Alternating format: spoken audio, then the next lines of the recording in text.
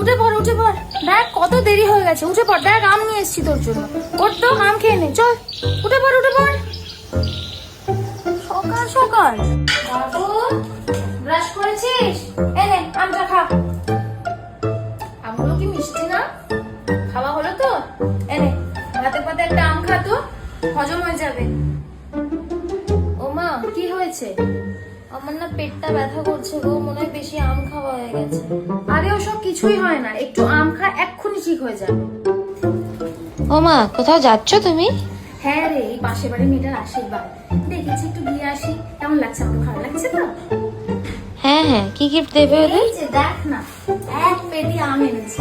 গরমকালে এর থেকে ভালো কি আর কোনো গিফট আছে? আসছি রে, দরজাটা ভালো করে বন্ধ কর, বাবা আসলে তবেই খুলবি।